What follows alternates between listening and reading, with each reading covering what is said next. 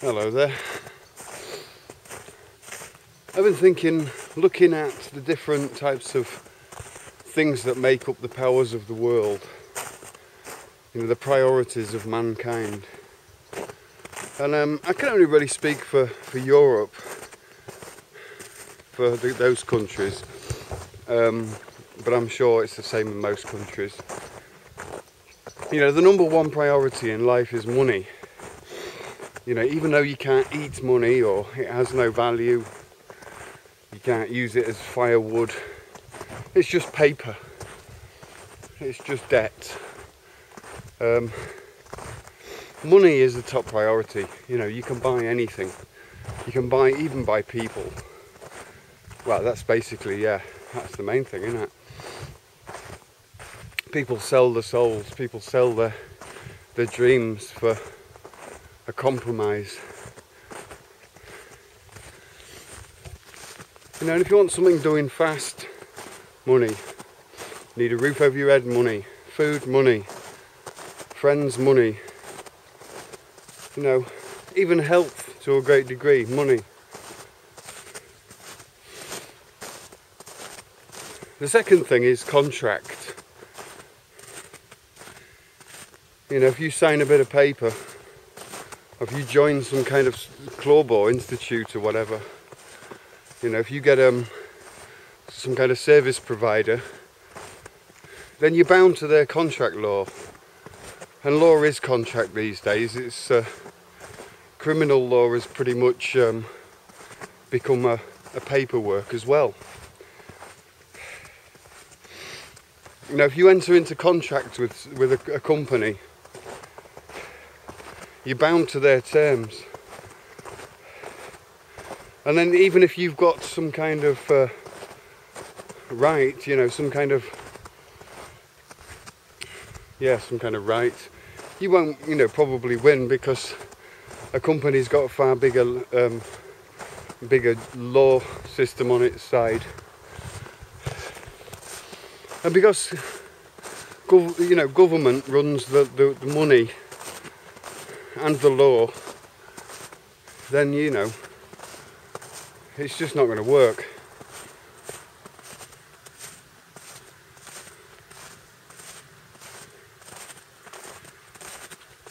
So, third priority, religion.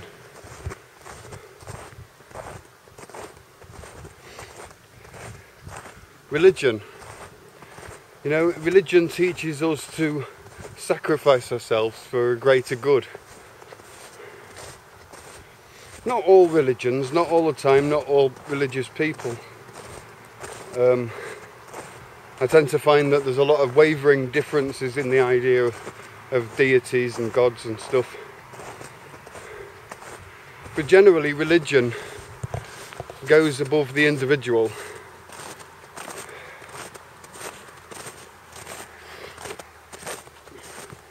I'd probably put television in that realm, but I could put it on fourth on the list. Advertising, popularity, familiarity, fashion, making some new cool product that everybody likes because everybody else likes it, only on that merit alone. So television has a great possibility to literally brainwash, to literally mind control and indoctrinate the viewer.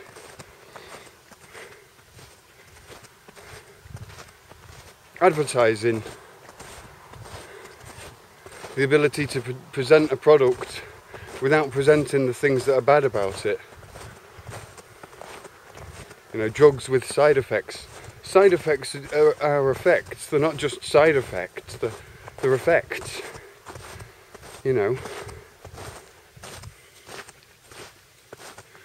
So mainstream media, and obviously that's owned by the same people who own government, probably. The major corporations who look cool, advertise themselves, get the monopoly on it.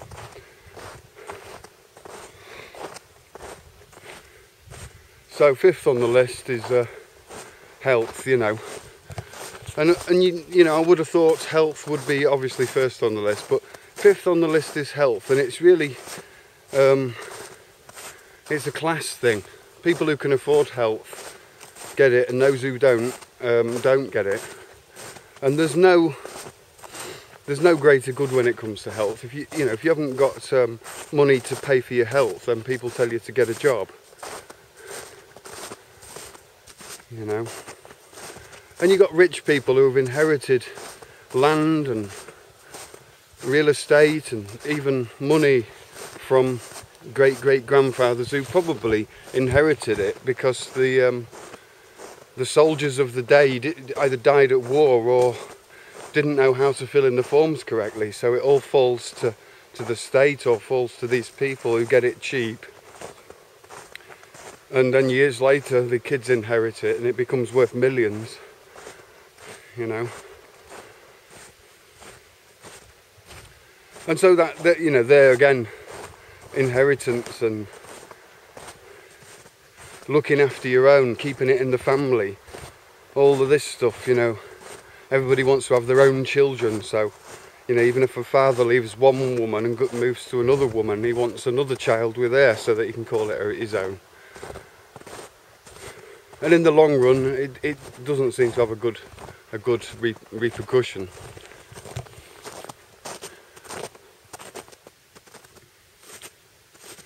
So all of those top 5 points, money, contracts, religion, media,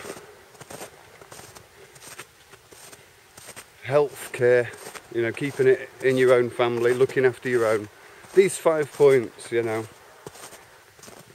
as long as everybody keeps that as an idea, as the main thing, as long as everybody is at mercy to that, then there's no place for an individual. There's no place for individualism. You know, you might find that you've got something unique about you in the class you're in. You might have a different coloured car to everybody else, or different tastes in music. Might even have some unique hobbies. But as long as we're at mercy of those 5 or 6 biggies, we're not free. They say we live in a free country. Well, that isn't true, is it? We're free. We've got a certain amount of free speech, or we have the right to free speech, but the consequences can be drastic. You see it on the internet, people making videos. There's, you know, we're all having to censor ourselves to not say certain things. Everybody. So, you know, free speech is censored by the individual. If the individual values individuality of any kind, then surely we should at least question and raise our voices on the points where we're vulnerable, on the points where we know if we let this slip, if we let people take control over the many, you know, the few have the power and concentrate it and use it to herd the many like sheep, then we won't get out of any of this mess. A lot of conspiracy theorists are a little bit, you know, jump to a lot of ideas. But even the word conspiracy theorist doesn't do them people justice. I think truth seekers and truth speakers is more to the point. When you're looking for the truth and you need to speak it, you have to take risks based on a hunch. But again, the media has taught the masses to laugh at people who believe in crazy theories. You see that in the schoolyard with little gangs. Exactly the same setup, exactly the same behaviour as a schoolyard. Including teachers and headmasters. You know, there's your invisible elite, the headmaster. But in a school, obviously, the headmaster's at mercy of the General Education Authority, or whatever it's called in each country. And they're at the mercy of the government, and they're at the mercy of the corporations or the biggest powers. And all because of number one, money, number two, contract. Because really, a constitution, you know, like the Constitution of America, or, you know, the Lisbon Treaty, the EU Treaty, or the British Constitution, which doesn't exist. You know, they're all contracts. And as soon as a person consents to a contract, they become bound to the contents of that contract. It's obvious. But if you break that contract, you're breaking your word, and that is a breach of the peace. That is a crime. And so that's how contract is enforced by law. That is why you can get locked away for smoking marijuana, or you can get penalised for parking in the wrong space, or any little misdemeanour. You know, it can turn into a pretty vicious thing because criminal law and contract law have kind of become mixed. And the people, the little people, you know, us little people who just want to go about our daily business, we're being turned into, or we've already been turned into, trade persons, business venture entities. A person is a business entity. The plural of person is persons. The plural of people is peoples.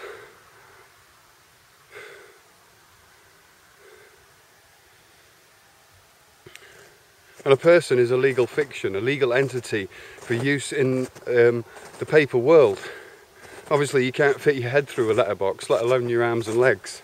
So you need a legal fiction. It's like a puppet. It's not science fiction, not like that way. It has a function, like maths and numbers, word numbers and symbols on paper. You know, that's why we've got a person. But most people don't know how to work that person. And law's been made incredibly complicated. It's all in legalese and Latin and stuff. So the individual is just totally outnumbered,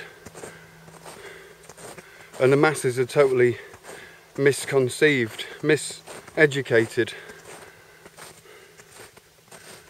So it doesn't matter how much we demonstrate to governments and protest and stuff like that. If we don't get the core point, you know, the real injustice, then we just won't really be able to completely understand a thing about what's going on, really. You know, at the point where you feel injustice and you realise that you're outnumbered and there's just simply no justice, that's the point where you start to really wake up.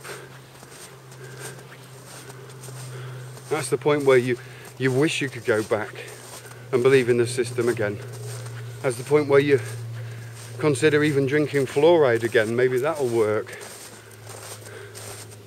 That's the point where you think maybe I can just get back into being a businessman and just start ripping people off and just look after number one, myself and my friends. That's where I can fully understand somebody turning from conspiracies to just being a citizen, and citizen on their arse.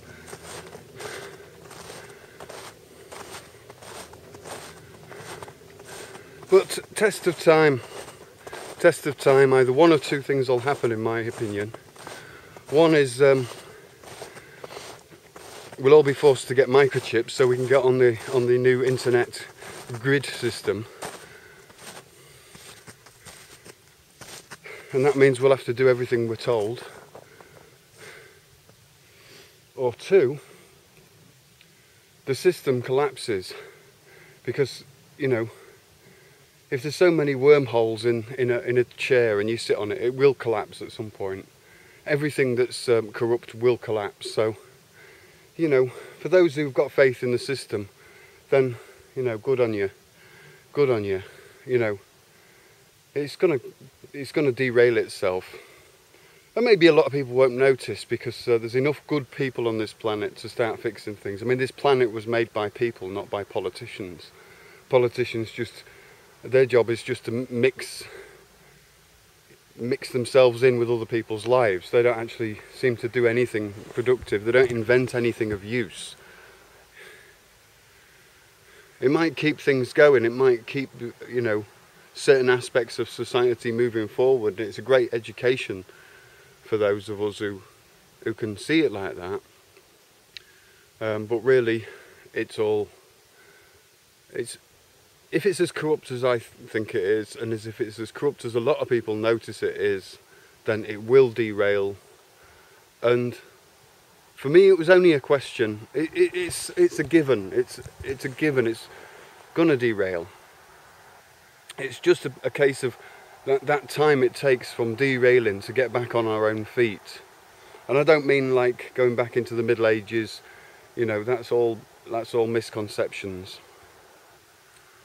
You know, I think when the people rise up, if you like, into their own power and responsibility, and everybody just decides, or you know, the majority or even a critical mass of people decide, okay, we want to protect our rights, and we will create institutions, our own law institutions, to outnumber those corrupt decisions of the corrupt courts and judges.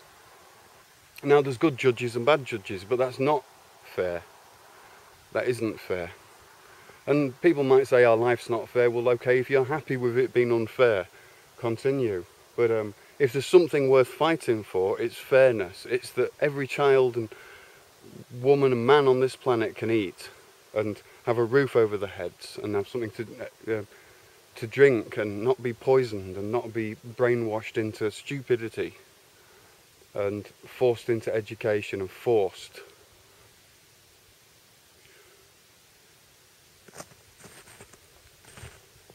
And I don't think that's a difficult task. The amount of food that gets thrown away because it's not to EU standards, the amount of people that are doing stupid jobs instead of like farming land by hand or making permaculture. You know, they're always going on about overpopulation. What about, like, let's just look at how we're wasting resources first. You know, if you've got 10 people to look after, then you come up with a plan to feed them 10 people, not get rid of 5. And there's always a way. Where there's people, you know, each person's got enough power to grow enough food for 10 others or more. But not everybody's a farmer, not everybody's a healer, not everybody's a builder, not everybody's an architect, not everybody's a poet, not everybody's a musician, not everybody's a builder. You know, all of these different jobs are to be done by different people. So we need each other. We need each other. And but as soon as you've got this government system or any kind of authority coming in between and putting in a false sense of justice and acting like some kind of guardian or nanny, as I've said before, I just see the government as being nanny, and it's up to us to prove that we're not like babies, that we don't need our food, you know, food spoon-fed to us. We don't need spoon-feeding. But looking at society, I'm not so sure. I'm really not so sure. Sometimes I think, yeah, you know, most people are skilled in one thing, but as far as making a fire or like collecting and purifying water and things like that, you know, people have got very, very limited skills. But on the other hand, those skills can be learnt in a matter of months. I think everybody could be up to the line that they need to be as a human being, to be able to look after each other quite well. But like I say, the system's going to crash. Some people might not notice because the other people have got it so quickly well sorted up that, you know, they won't even get any thanks for it, because it'll appear to be normal to those who are kind of asleep. But I think it's going to be quite exciting as well, and that excitement's well worth living for. But it's going to crash in a lot of ways, and a lot of people will then be forced to wake up.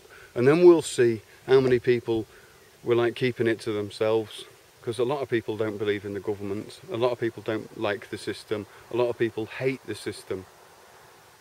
A lot of people, in fact most people I know, have got some major grudge towards the, you know, the governments and the hospitals and services and everything to do with it.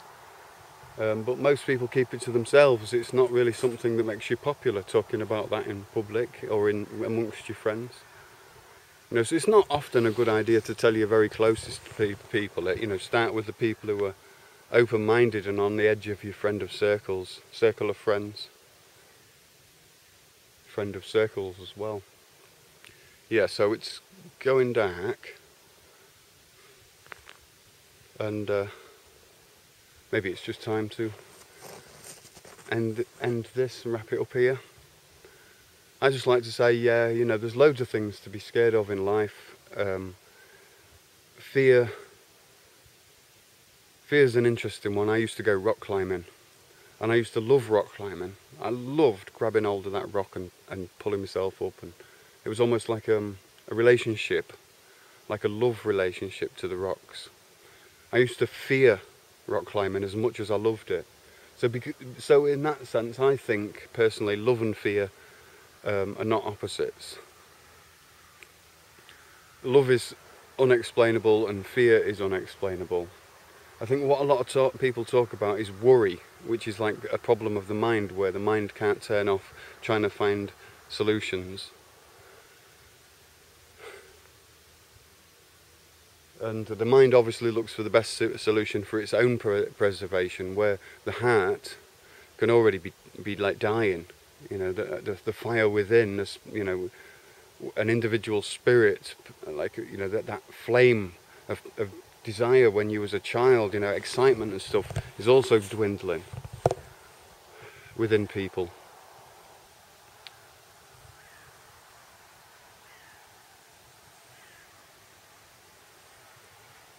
And of course there's always things to fear about, speaking out about injustices.